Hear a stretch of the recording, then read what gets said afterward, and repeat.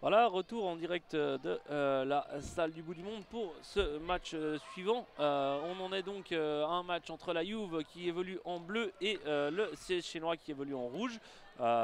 Aussi deux équipes qui évoluent dans des mondes complètement différents. Avec le CS chinois qui est plutôt un petit club genevois et la Juve, ben, il n'y a pas besoin de la présenter, c'est champion d'Italie en titre, multiple champion d'Italie en titre.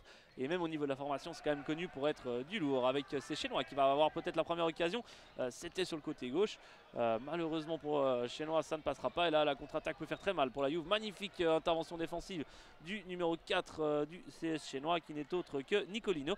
Léo Nicolino, belle intervention. Et la Juve qui va peut-être pouvoir adresser une frappe. Non, finalement, on part sur rien du tout en fait parce que la passe a été manquée. Ça va me permettre, Marc, de te laisser la parole. C'est toi qui auras l'honneur de commenter avec moi et la chance de commenter ce match, ce premier match de la Juve, qui est, c'est quand même plutôt impressionnant de commenter la Juve, même pour nous, comme ça, commentateurs, et même pour des moins de 11 ans.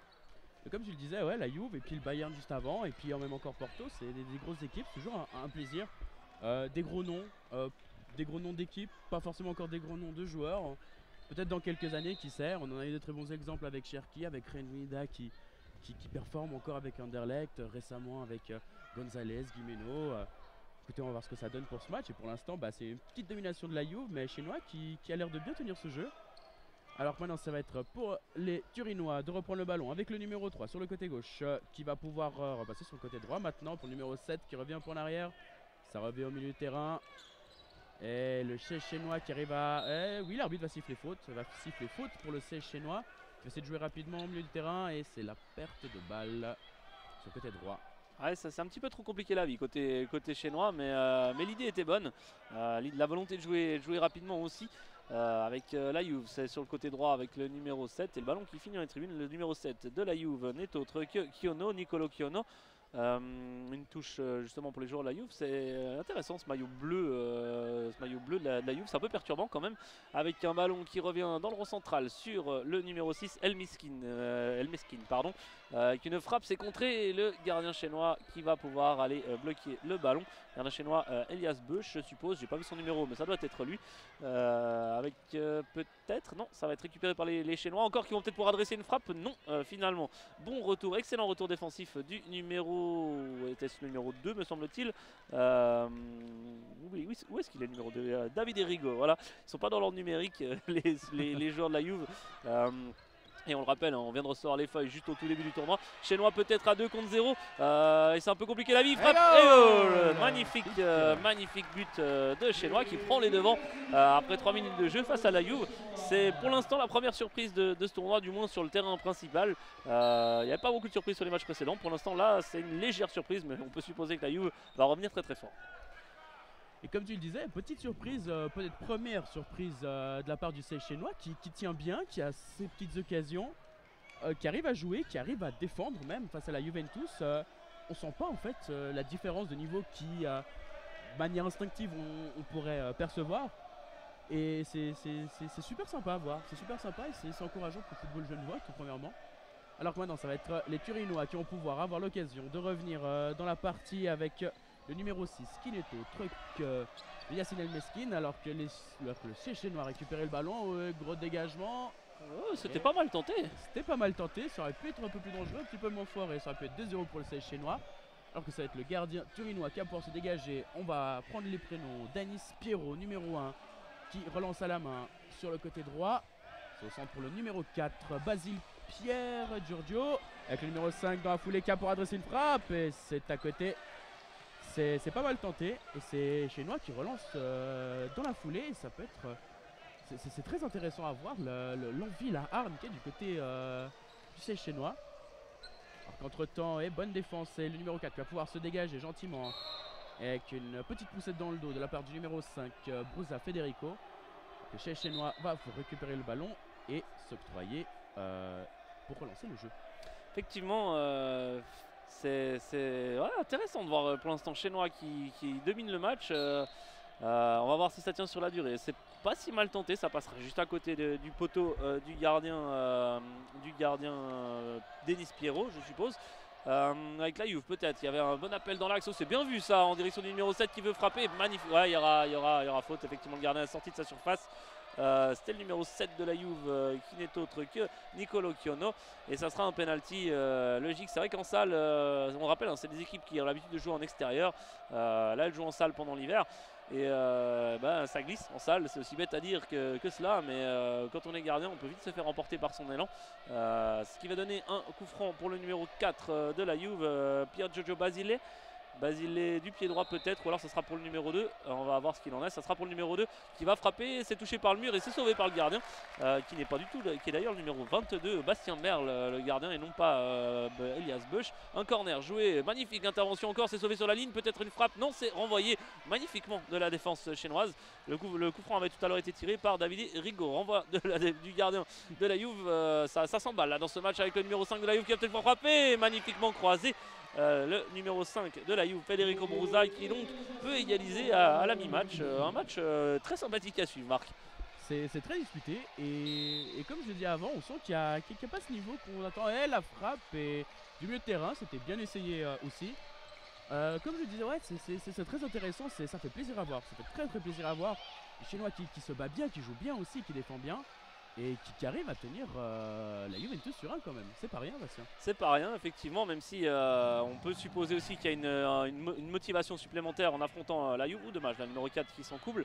Va falloir y aller. Belle intervention de l'épaule. Oh, c'est magnifiquement joué de la part du numéro 2, Max Guiré. Et ça repart dans l'autre sens. Ça va très vite pour Chinois. Peut-être en appui, non, ça n'a pas passé.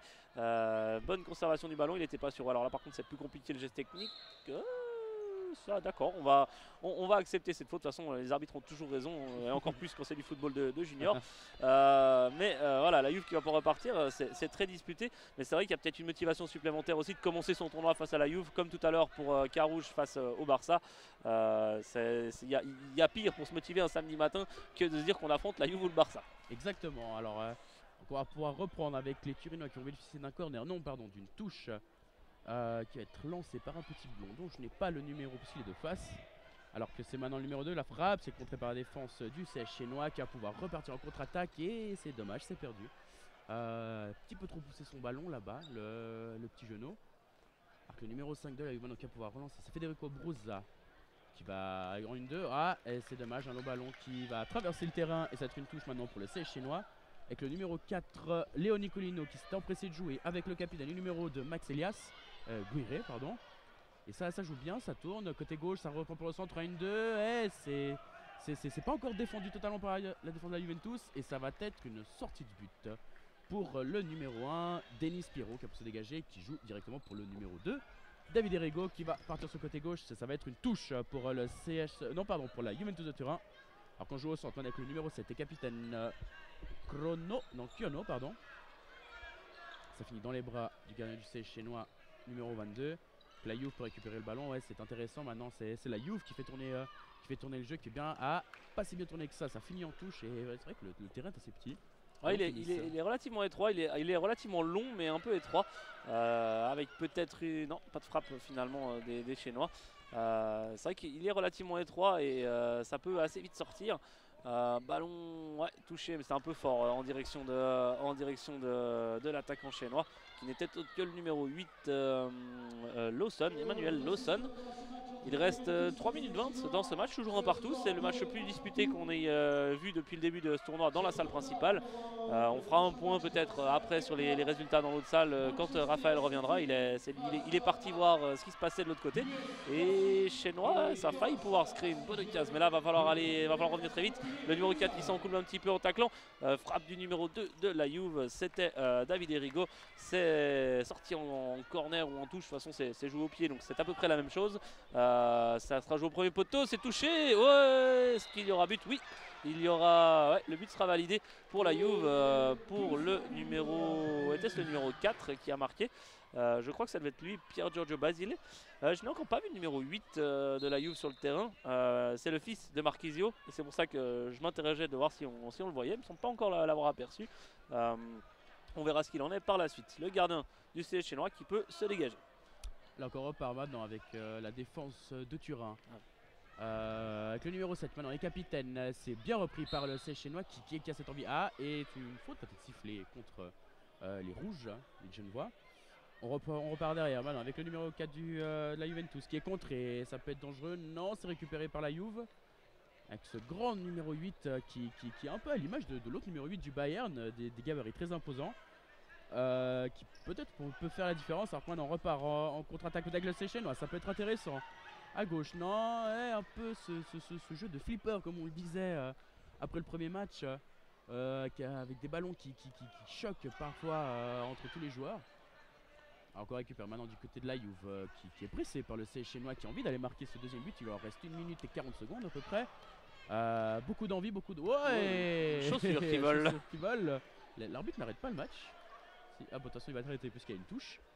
Et c'était l'attraction de ce match. Mais j'ai remarqué un truc en regardant les feuilles de match. Je suppose qu'il y a dû avoir une inversion de numéro du côté de la Juve. Puisque, alors on va suivre cette action. Ouais, bel arrêt du gardien du CS chinois. Puisque le numéro 8 est censé être le fils de Marchisio. Et le numéro 8 est justement ce grand joueur dont tu parlais tout à l'heure, qui ne ressemble pas du tout au joueur, à l'ancien joueur Marchisio. Donc je pense que le numéro 8 doit être celui qui nous était annoncé comme numéro 3, Tale Ngomazu. Et je suppose peut-être que le fils de Marchisio, Davide Marchisio, lui doit apporter, je suppose, le numéro 3. On contrôlera ça d'ici le prochain match de la Juve. Mais ça me semble un petit peu plus correct tout de même. Il reste 40 secondes, Chenois va tenter de se dégager avec une touche. Alors qu'on repart et nouvelle touche, cette fois du côté des Bleus de la Juventus de Turin. Alors on va voir ce qu'il reste, une trentaine de secondes maintenant, la Juve qui va peut-être essayer de perdurer et une passe, et c'est mal compris entre le numéro 2 et le numéro 7 de la Juve. Et c'est le CS chinois qui va pouvoir se relancer. Maintenant pour le numéro 9 qui va essayer de se débarrasser, non, ça finit en touche à nouveau. Je me disais le terrain était très étroit, ça finit souvent en touche, en tout cas dans ce match, c'est très disputé. Et peut-être une nouvelle touche, c'est juste sous nos yeux, non, pas encore, ouais, c'est très bien joué, c'est très bien sorti de la Juve, mais c'est quand même le chinois qui va récupérer, non. Ouais, il y a eu un tacle effectivement, sanctionné. Bah, sur la sirène, c'est malheureux pour Chenois, mais un bon match des deux équipes. Ouais, comme tu le disais, c'était très plaisant à voir, il y avait beaucoup de grinta, il y avait de l'envie, il y avait envie de jouer. Et puis voilà, en fait, c'est vraiment très plaisant. Ça m'a fait beaucoup plaisir de voir ce match-là. Ouais, c'était disputé, c'était sympa à suivre. Et vraiment, Chenois s'est donné à fond. Alors malheureusement, ça n'a pas passé, mais malheureusement pour Chenois, bien évidemment. Mais c'est vrai que par rapport à peut-être l'année passée où Chenois était un peu en dedans, là, ils ont vraiment ils ont sorti les crocs. Et faire 2-1 contre la Juve, c'est finalement un assez beau résultat de leur part. Ça reste une défaite, mais c'est encourageant pour la suite du tournoi. Et je pense qu'ils peuvent